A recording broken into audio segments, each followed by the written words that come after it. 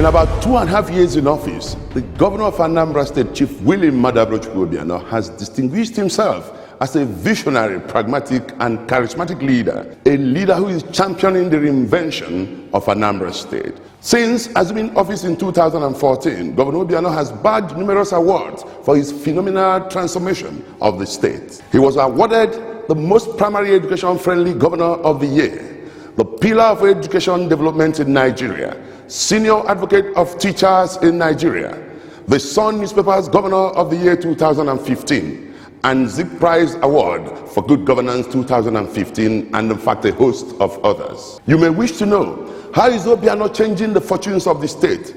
What operational manual is he deploying? What's the magic? This program will x-ray aspects of his administration. This program will give Anambra a concise view of the man fondly called Apokwedike, the champion of the ReBirth of Anambra State. My name is Chido Obidiegu, and you are watching Anambra ReBirth.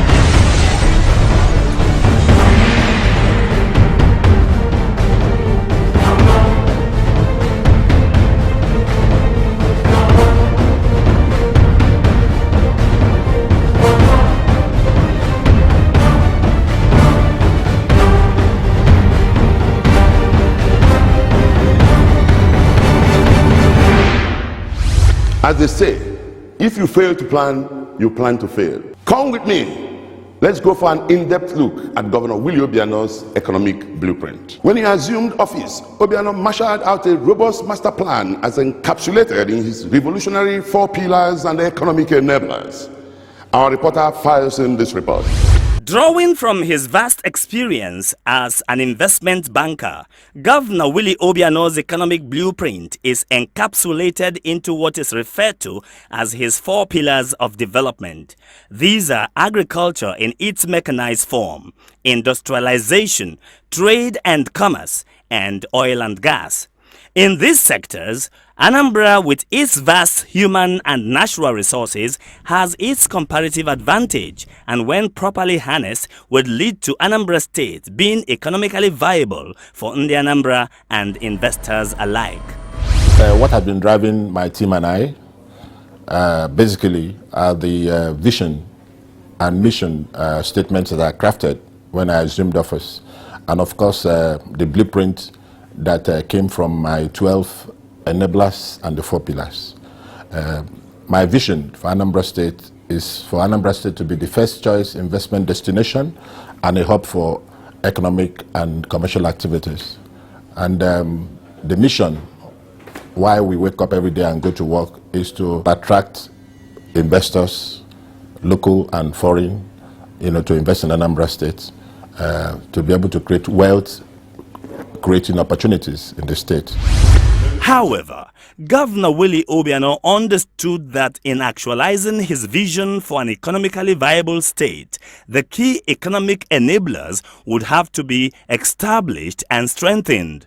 These include security, education, electricity, health, roads with furniture, housing, the environment, transport, finance, women's welfare, tourism, youth development, and entrepreneurship, among others, to serve as facilitators to sustainable, functional economic growth.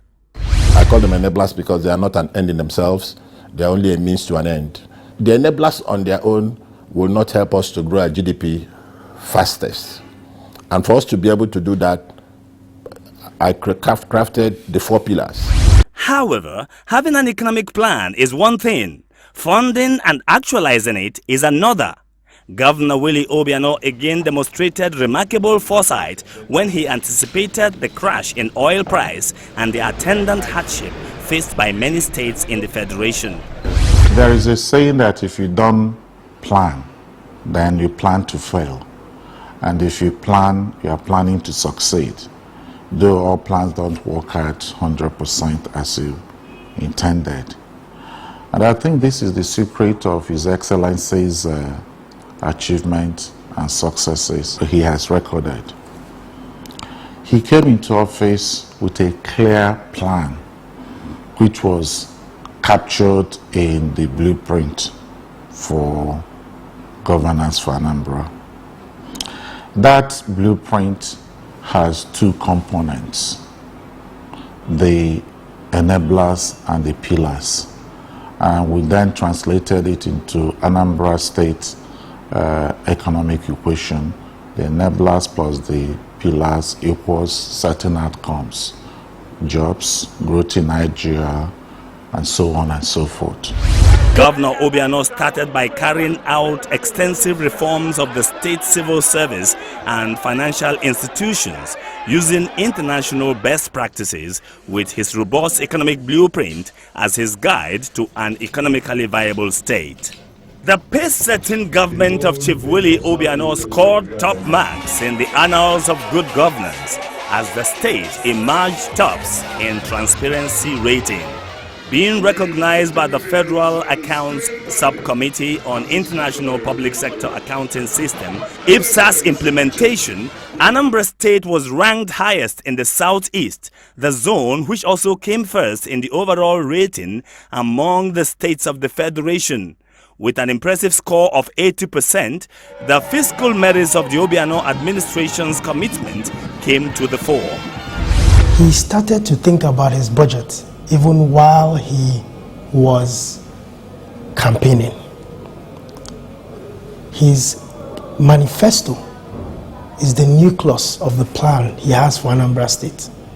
That manifesto, once he won the election, immediately was transformed and transitioned into what we call an strategic economic blueprint for the state, which is this, that touches on your pillars, touches on the enablers, right?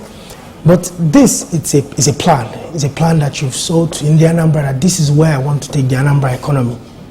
But as soon as you get into office, what he got us to very quickly start to work on, which is in line with the international best practices of budgeting, is to prepare a 4-year state development plan. And in that state development plan, it identifies exactly what we will be doing, the exact sector strategies in agriculture, sector strategies in oil and gas, sector strategies in industrialization, and the 12-13 enablers. And from that 4-year development plan, we refer to that to take our annual budgeting each year. He had a vision. In other words, in X number of years, this is where I want our state to be. So very clear, and he was passionate about it. He had a focus around the things he will do to get the state to those. He had a clear funding strategy. IGR is a key component of that clear funding strategy. And then restructuring our Board of Internal Revenue, where starting from the chairman, the last person in that board will be managed as if they were in the private sector. And everything he does is done with best practice in mind. He wants to do it better than any other state. He doesn't want to see any local behaviors amongst us. So we are in Anambra, but we operate as if we were in the more developed parts of the world. So he thinks in that manner. Anambra State has undoubtedly benefited from the asset of Obiano's professional experience. The governor's wealth of financial management experience has gradually translated into enhanced financial regulations and practices in the day-to-day implementation of government's development initiative.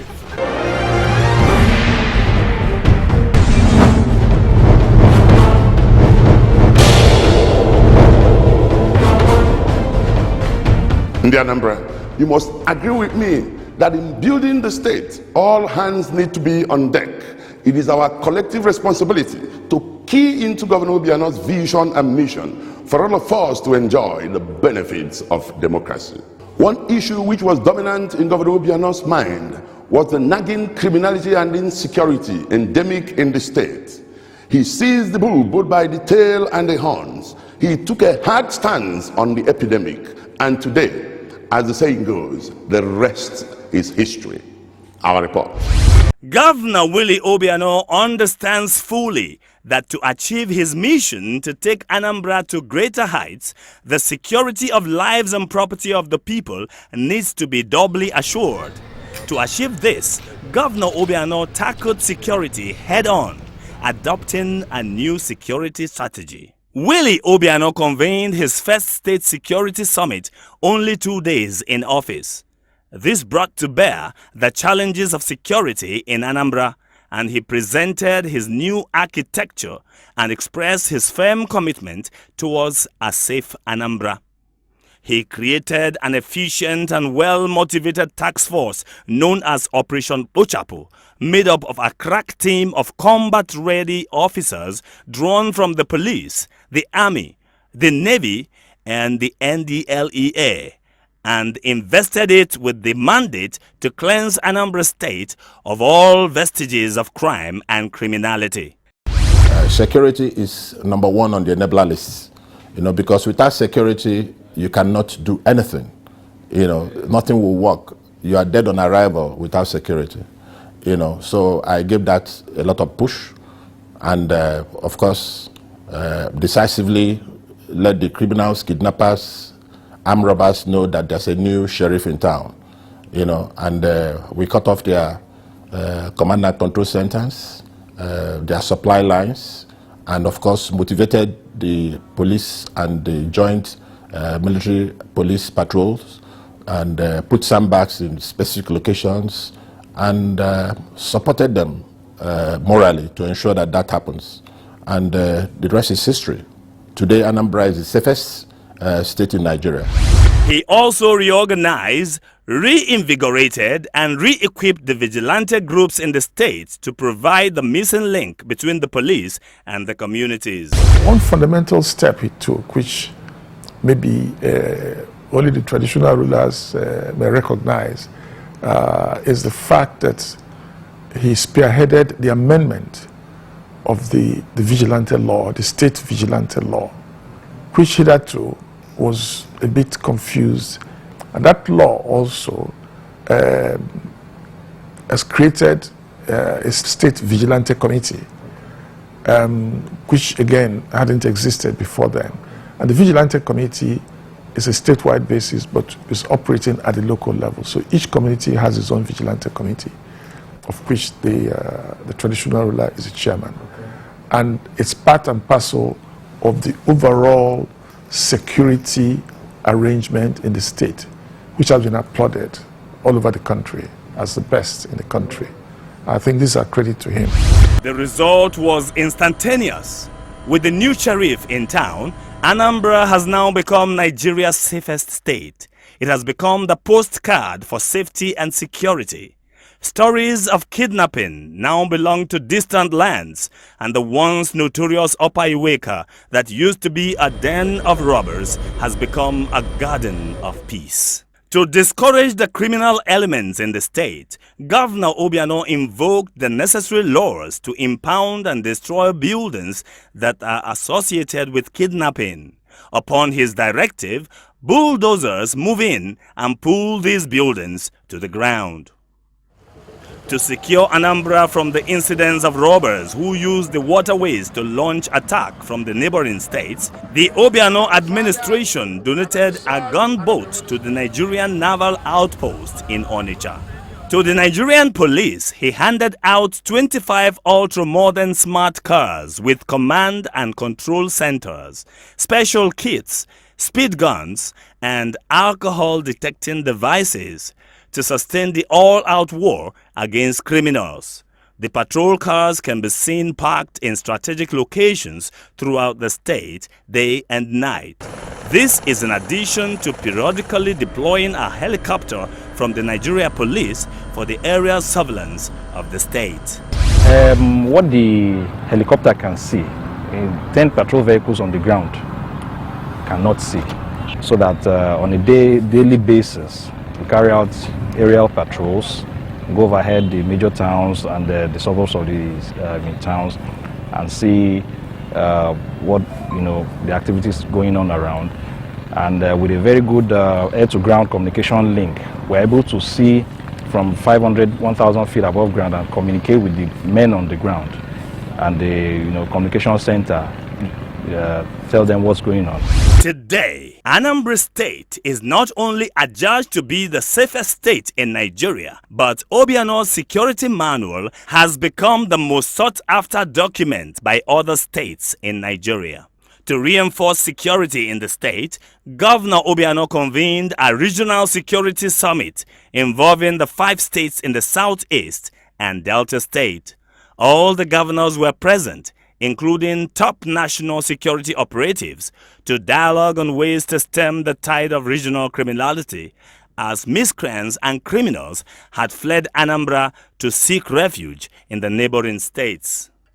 This conference marks another giant and innovative step towards meeting the most sacred responsibility of governance, which is the security and safety of the citizens. The uniqueness of this conference lies in the appreciation of the need to pull resources together and provoke a meaningful engagement amongst strategic political and security stakeholders with a view to jointly addressing a common security problem that is peculiar to a region and the contiguous states.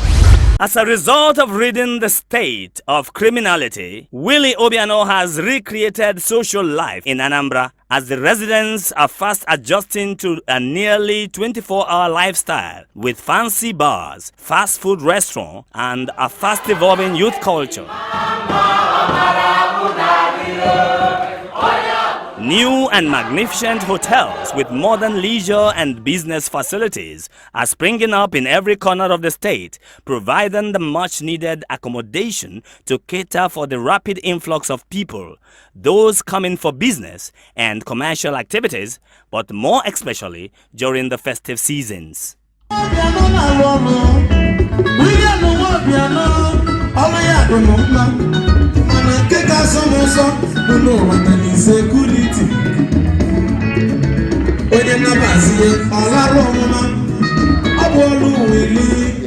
As a traditional ruler, it pains us to see traditional wedding and all those things done in urban cities. But now people are coming home, and we are performing those duties which are our primary function, and getting the kola nuts. You know, before I don't have to go to Abuja to marry an Integer girl to a husband. You know, now they are doing it at home, and people are sleeping with their two eyes closed. You know, people are having their gates open, and Anambra is working.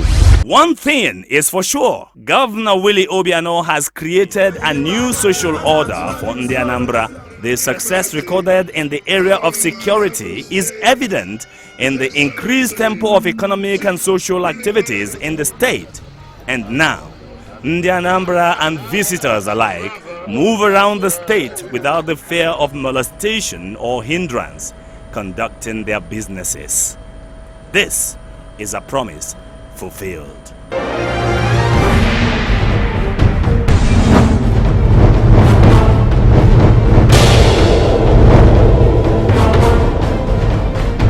That's what happens when a new sheriff is in town, firing from all cylinders. One aspect of transparent governance is the constant engagement of those who entrusted their mandate to you.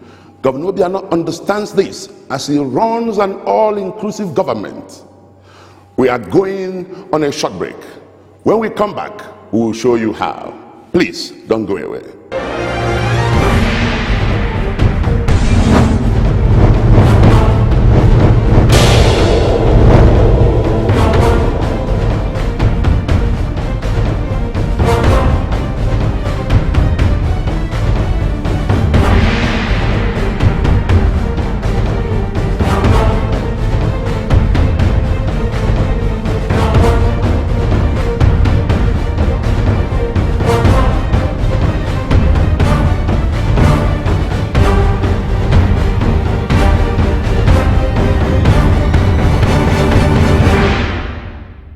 Welcome back.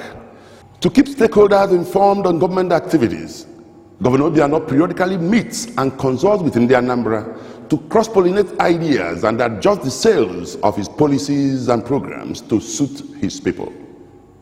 Our reporter files this report. In the past 2.5 years, His Excellency Willie Obiano has held many consultations with various interest groups who came to pay courtesy calls. They came to pay allegiance and show solidarity for his developmental strides since he assumed office. Governor Obiano's philosophy of an all-inclusive government is also a bold effort in consensus building and servant leadership. To give flesh to this initiative, he periodically engages Ndi Anambra in a stakeholders summit or an informal evening of interaction to intimate them on his activities and policies, as well as get feedback and options from captains of industry, traditional rulers, renowned professionals and technocrats, top diplomats, civil society, including women and youth groups. In furtherance of Governor Obiano's conviction that the best of Anambra should be harnessed in achieving his dream of a greater Anambra, he has convened several all-embracing interactive fora with the state's stakeholders. The first was in Awka, the state's capital. The second was held in Lagos, where he had an interactive session with those who reside in that part of the country. And most recently, an evening with the governor was held in Abuja. All the fora afforded the governor the opportunity of a sincere and quality discourse with a wide spectrum of Anambra who have excelled in their various endeavors: business, politics, academics, religion, sports, law, etc. He also used the occasions to present his scorecard to his people, giving them periodic updates on the activities of his administration. Participants at the fora were in turns given the opportunity to express their concern on the present economic situation in the state and to bear their minds on the governor's blueprint for a better Anambra state. For me, I think this is a very exceptional call. I think it's a very good step in the right direction because this brings all the Anambrarians together, whether you belong to PDP or APGA or any other party. But coming together to move Anambra forward is very key and very important. So it is a good direction, and also it's a remarkable thing that all the people in Anambra, the stakeholders, should come together to develop the state and look towards industrializing Anambra state. In Governor Willie Obiano, we have a governor with a vision for the state, and much more important than that, with a strategy for the state. By making a number of us come out today, what you're doing is that you're crowdsourcing the key things that make development happen very fast in many societies that we have studied. Number one thing is partnership. Number one is actually not finance. A lot of people assume that finance is the number one thing you need to tackle development problems. It's actually partnership. Your event tonight is about partnership. Number two thing is knowledge. It's not even finance, it's knowledge. And knowledge that you see in this room, in terms of the cumulative intellectual quotient of the people that you have put together at this event, is incredible. The warmth engendered by the interface was instructive. It announced the consummate resolve of Anambra to take the destiny of the state and its people firmly in their hands. On the whole, I want to appeal to our people here in this room, outside here at Anambra, and their friends to come home and invest. And any bird catches the worm. This is time to come in. If you come in 2 years later, 3 years, it will be at the same cost. This is the time, this is the entry point for everybody. Our state, your state, is the safest state in Nigeria.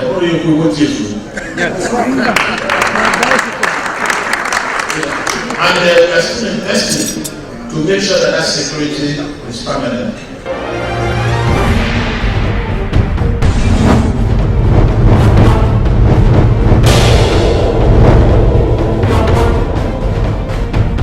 This is a clear case of an empathic government. Are you aware that there is an agricultural revolution in Anambra State today? Yes, there is. Anambra is exporting fresh produce to United Kingdom and the rest of Europe. In our next episode, we will show you the intricacies involved in this. That's all we have for you on our program today. You can follow us on our YouTube channel and Facebook.